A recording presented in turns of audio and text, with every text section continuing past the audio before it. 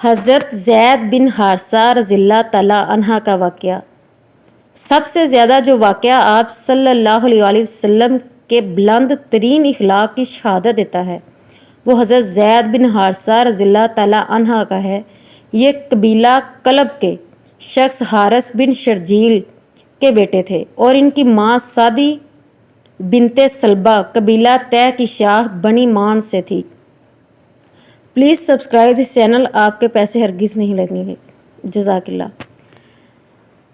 جب یہ 8 سال کے تھے اس وقت ان کی ماں انہیں اپنے میکے لے کر گئیں۔ وہاں سے بنی کین بن جسر کے لوگوں نے ان کے پڑاؤ پر حملہ کیا اور لوٹ مار کر کے جن آدمیوں کو پکڑ کے ساتھ لے گئے ان میں سے حضرت زید بھی تھے۔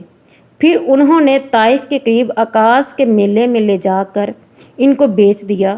خریدنے والے حضرت ختیجہ رضی اللہ تعالیٰ عنہ کے بھتیجے حکیم بن حزام تھے۔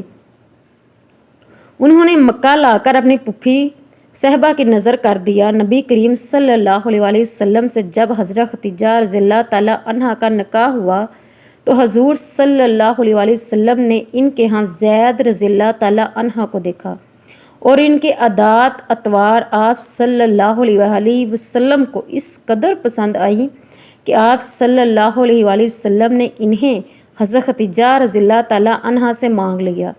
اس طرح یہ خوش قسمت لڑکا اس خیر الخلائق ہستی کی خدمت میں پہنچ گیا جسے چند سال بعد اللہ تعالیٰ نے نبی بنانا تھا۔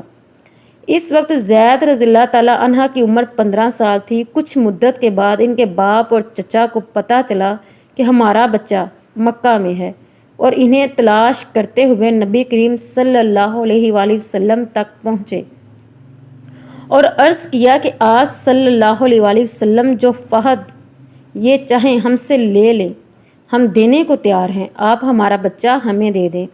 حضور صلی اللہ علیہ وسلم نے فرمایا میں لڑکے کو بلاتا ہوں اور اس کی مرضی پر چھوڑے دیتا ہوں کہ وہ تمہارے پاس جانا چاہتا ہے یا میرے پاس رہنا پسند کرتا ہے۔ اگر وہ تمہارے پاس جانا چاہے تو میں کوئی قدر نہیں لوں گا اور اسے یوں ہی چھوڑ دوں گا، لیکن اگر وہ میرے پاس رہنا چاہے تو میں ایسا آدمی نہیں ہوں کہ جو شخص میرے پاس رہنا چاہتا ہو اسے خواہ مخواہ نکال دوں۔ انہوں نے کہا یہ تو آپ نے انصاف سے بڑھ کر درست بات فرمائی، آپ بچے کو بلا کر پوچھئے۔ حضور صلی اللہ علیہ وسلم نے زید رضی اللہ تعالیٰ عنہ کو بلایا اور ان سے کہا ان دونوں کو جانتے ہو؟ انہوں نے عرض کیا جی ہاں، یہ میرے والد ہیں اور یہ میرے چچا۔ آپ صلی اللہ علیہ وسلم نے فرمایا اچھا، تم ان کو بھی جانتے ہو اور مجھے بھی، اب تمہیں پوری آزادی ہے، چاہو تو ان کے ساتھ چلے جاؤ اور اگر چاہو تو میرے ساتھ رہو۔ انہوں نے جواب دیا میں آپ صلی اللہ علیہ وسلم کو چھوڑ کر کسی کے پاس نہیں جا سکتا۔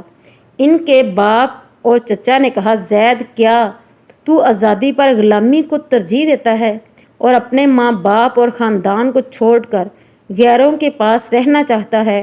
انہوں نے کہا میں نے ان کے جو اوصاف دیکھے ہیں ان کا تجربہ لینے کے بعد میں دنیا میں کسی کو بھی ان پر ترجیح نہیں دے سکتا۔ زید رضی اللہ تعالیٰ عنہ کا یہ جواب سن کر ان کے باپ اور چچا خوشی راضی ہو گئے۔